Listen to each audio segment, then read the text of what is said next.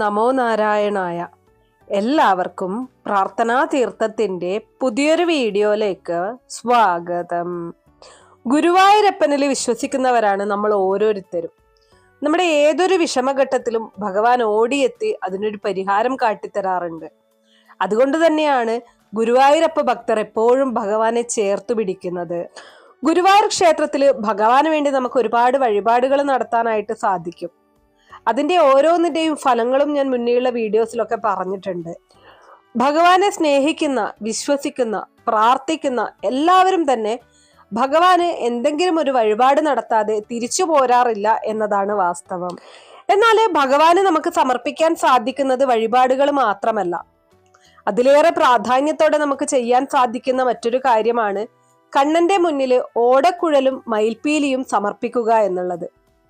ഇങ്ങനെ ഓടക്കുഴലും മയിൽപ്പീലിയും സമർപ്പിച്ചു കഴിഞ്ഞാൽ നമുക്ക് ലഭ്യമാകുന്നത് നിരവധി ഗുണങ്ങളാണ്. ഒരുപാട് ഫലങ്ങൾ ഇതുവഴി നമുക്ക് ലഭിക്കുന്നുണ്ട്. ഇന്നത്തെ വീഡിയോയിൽ ഞാൻ പറയാൻ പോകുന്നത് ഭഗവാന് ഓടക്കുഴലും മയിൽപ്പീലിയും സമർപ്പിച്ചു കഴിഞ്ഞാൽ നമുക്ക് ലഭിക്കുന്ന ഫലങ്ങളെ കുറിച്ചാണ്. ഭഗവാനെ വിശ്വസിക്കുന്ന, പ്രാർത്ഥിക്കുന്ന, ആരാധിക്കുന്ന ഓരോരുത്തരും നിർബന്ധമായിട്ടും അറിഞ്ഞിരിക്കേണ്ടതാണ് ഈ ഒരു സമർപ്പണത്തെ കുറിച്ച്.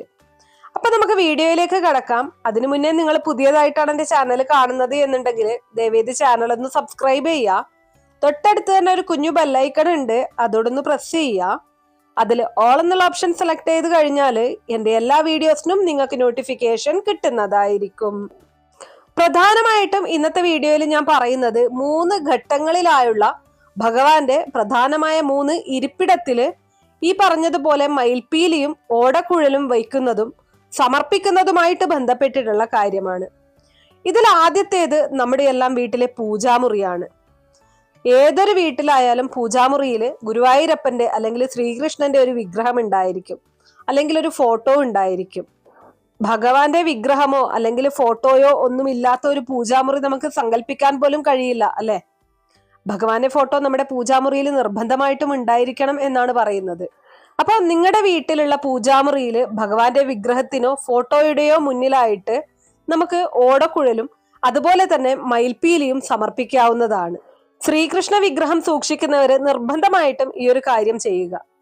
ഇനി ചില വിഗ്രഹത്തിന്റെ കൂടെ തന്നെ ഈ പറഞ്ഞതുപോലെ ഓടക്കുഴലും മയിൽപ്പീലിയും ഉണ്ടാകും.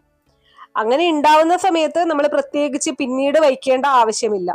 അങ്ങനെ ഇല്ല എന്നുണ്ടെങ്കിൽ, അതായത് നിങ്ങളുടെ വീട്ടിലുള്ള ശ്രീകൃഷ്ണ വിഗ്രഹത്തിന്റെ മുകളിലായിട്ട് മയിൽപ്പീലിയോ അല്ലെങ്കിൽ കയ്യിലായിട്ട് ഓടക്കുഴലോ ഇല്ല എന്നുണ്ടെങ്കിൽ നിർബന്ധമായിട്ടും നിങ്ങളത് ഭഗവാന്റെ മുന്നിലായിട്ട് സമർപ്പിക്കണം. ഇത് സമർപ്പിക്കുന്ന സമയത്ത് നിങ്ങൾ ശ്രദ്ധിക്കേണ്ട കാര്യം, നിങ്ങൾ വാങ്ങിച്ചു കൊണ്ടുവന്ന് ഡയറക്റ്റ് വയ്ക്കാതെ ഏതെങ്കിലും അടുത്തുള്ള ശ്രീകൃഷ്ണ ക്ഷേത്രത്തിൽ പോയി ഈ 2 വസ്തുക്കളും പൂജിച്ചു കൊണ്ടുപോയി വെക്കുകയാണെങ്കിൽ വളരെ വളരെ നല്ലതാണ്. പിന്നെ മയിൽപ്പീലി വയ്ക്കുന്ന സമയത്ത് പ്രത്യേകം ശ്രദ്ധിക്കേണ്ട കാര്യം, നമ്മൾ ഒരിക്കലും മയിൽപ്പീലി കിടത്തി വെക്കുവാനായിട്ട് പാടുള്ളതല്ല, അത് നിവർത്തി തന്നെ വയ്ക്കണം. മയിൽപ്പീലികൾ എപ്പോഴും കാറ്റിൽ ആടുമ്പോഴാണ് ആ വീട്ടിലേക്ക് ഐശ്വര്യം കടന്നു വരുന്നത് എന്നാണ് പറയുന്നത്. ഇപ്പൊ പലരും വയ്ക്കാനുള്ള സൗകര്യത്തിനൊക്കെ കിടത്തി വയ്ക്കാറുണ്ട്. അതിന് പകരമായിട്ട് നിങ്ങൾക്ക് ഭഗവാന്റെ മുന്നിൽ അത് നിർത്തി വയ്ക്കുന്ന രീതിയിൽ വയ്ക്കാനായിട്ട് ശ്രമിക്കുക. നിങ്ങൾ മയിൽപ്പീലി കിടത്തിയാണ് വെക്കുന്നത് എന്നുണ്ടെങ്കിൽ ഭഗവാൻ നമുക്ക് നൽകുന്ന പല സൂചനകളും ഇതുവഴി നഷ്ടപ്പെട്ടേക്കാം എന്നാണ് പറയുന്നത്. അതുകൊണ്ട് തന്നെ ഈ ഒരു കാര്യത്തിൽ വളരെയധികം ശ്രദ്ധയോടുകൂടി ചെയ്യേണ്ടതായിട്ടുണ്ട്. നമ്മൾ വളരെയധികം ഭക്തിയോടുകൂടി ഭഗവാനെ പ്രാർത്ഥിച്ചുകൊണ്ടിരിക്കുന്ന സമയത്ത് കാറ്റിലല്ലാതെ തന്നെ മയിൽപ്പീലികൾ ചലിക്കുമ്പോൾ അവിടുത്തെ തിരുമുഖം ചെറു പുഞ്ചിരിയോടുകൂടി നമ്മളെ നോക്കുന്നത് പോലെ തോന്നുമ്പോൾ ഇതൊക്കെയും തന്നെ ഭഗവാൻ നമുക്ക് നൽകുന്ന പ്രധാനപ്പെട്ട സൂചനകളാണ്.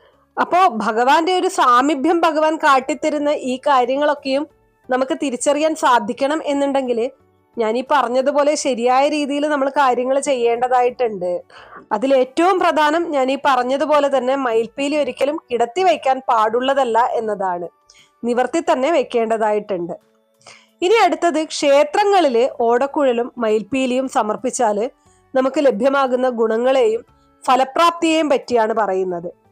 പ്രത്യേകിച്ചും ഗുരുവായൂർ പോലുള്ള ക്ഷേത്രങ്ങളിൽ ചെന്നു കഴിഞ്ഞാല് അനേകം മയിൽപ്പീലികളും ഓടക്കുഴലുകളും കടയിൽ നമുക്ക് കാണുവാനായിട്ട് സാധിക്കും. ഒരുപാട് ഭക്തജനങ്ങള് ഗുരുവായൂർ ക്ഷേത്രത്തില് ആ ഒരു ഭണ്ഡാരത്തിന്റെ മുകളിലായിട്ട് മയിൽപ്പീലിയും അതുപോലെ തന്നെ ഓടക്കുഴലും സമർപ്പിക്കുന്നത് നിങ്ങൾക്ക് കാണാൻ സാധിക്കും. വളരെ വലിയ ഫലങ്ങളാണ് ഇതുവഴി നമുക്ക് ലഭിക്കുന്നത്. ഇനി കടകളിൽ നിന്ന് നമ്മൾ മയിൽപ്പീലിയും ഓടക്കുഴലും വാങ്ങിക്കുന്ന സമയത്ത് ശ്രദ്ധിക്കേണ്ട കാര്യം, ഭഗവാന് സമർപ്പിക്കാനായിട്ട് നമ്മൾ മയിൽപ്പീലി വാങ്ങിക്കുമ്പോൾ എപ്പോഴും ഇരട്ട സംഖ്യാക്രമത്തിൽ മയിൽപ്പീലികൾ വാങ്ങിക്കുക. ഒരു കാരണവശാലും ഒറ്റ സംഖ്യാക്രമത്തിൽ നമ്മൾ വാങ്ങാതിരിക്കുക എന്നുള്ളത് വളരെ പ്രധാനപ്പെട്ട കാര്യമാണ്. അതായത് 1, 3, 5 ഇങ്ങനെയുള്ള ക്രമങ്ങളിൽ വാങ്ങാതെ 2, 4, 6, 10 എന്നിങ്ങനെ ഇരട്ട സംഖ്യാക്രമത്തിൽ വാങ്ങിക്കുക. ശേഷം നമ്മളിത് ഭഗവാന്റെ നടയ്ക്ക് മുന്നിലാണ് സമർപ്പിക്കുന്നത്. അതായത് ശ്രീകോവിലിനുള്ളിലായിട്ടല്ല, മറിച്ച് നമുക്ക് ഈ ഒരു ഭണ്ഡാരത്തിന്റെ മുകളിലൊക്കെ സമർപ്പിക്കാൻ സാധിക്കും. നമുക്കറിയാം ഗുരുവായൂർ ക്ഷേത്രത്തിൽ എപ്പോഴും തിരക്കായിരിക്കും. അപ്പൊ നമ്മൾ വിചാരിക്കുന്ന രീതിയിൽ നമുക്കത് സമർപ്പിക്കാൻ സാധിച്ചു എന്ന് വരില്ല. നമ്മൾ ആ ക്ഷേത്രത്തിൽ എവിടെ സമർപ്പിച്ചാലും അത് ഭഗവാനിലേക്ക് തന്നെ എത്തിച്ചേരും എന്നുള്ളതാണ്.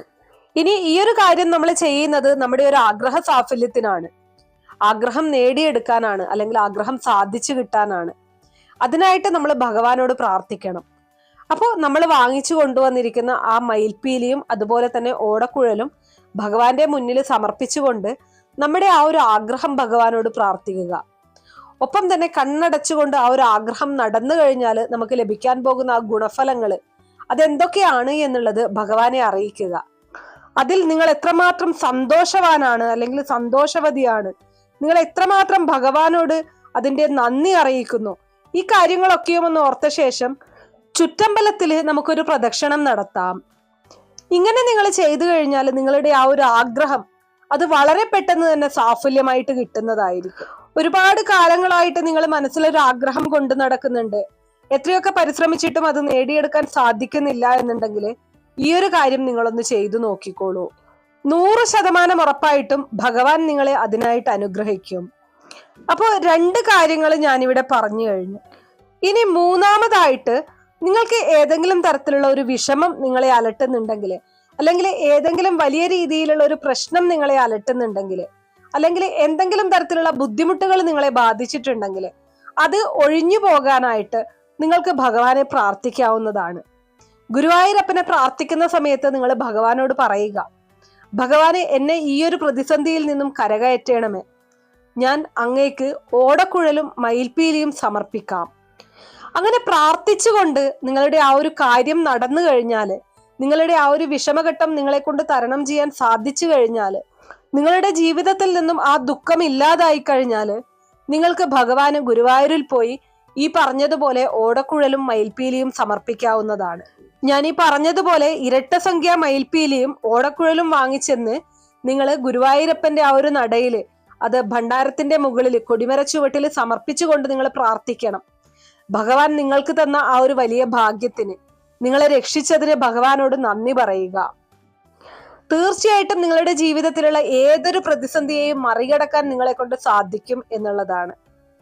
പ്രത്യേകം ശ്രദ്ധിക്കുക, ഒരിക്കലും ഭഗവാനെ പരീക്ഷിക്കാനായിട്ട് നമ്മൾ ഇങ്ങനെയുള്ള കാര്യങ്ങൾ ചെയ്യരുത്.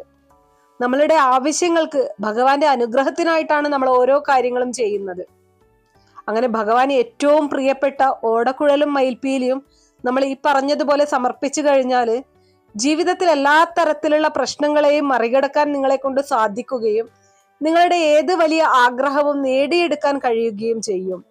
അപ്പൊ ഇത്രയുള്ള ഇന്നത്തെ വീഡിയോ കുറച്ചു പേർക്കെങ്കിലും ഉപകാരപ്രദമായി കാണും എന്ന് വിശ്വസിക്കുന്നു. വളരെ ചെറിയ ചിലവിൽ നമുക്ക് ചെയ്യാൻ പറ്റുന്ന ഒരു കാര്യമാണിത്.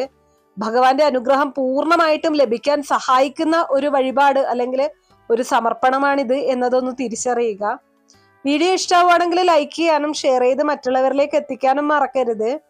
നിങ്ങൾക്ക് ഏതെങ്കിലും തരത്തിലുള്ള സംശയങ്ങളോ അഭിപ്രായങ്ങളോ നിർദ്ദേശങ്ങളോ ഇനി ഏതെങ്കിലും കാര്യങ്ങളെ കുറിച്ച് അറിയാനുള്ള താല്പര്യമോ ഉണ്ടെങ്കിൽ തീർച്ചയായിട്ടും കമന്റ് ബോക്സ് വഴി അറിയിക്കാവുന്നതാണ്. നന്ദി.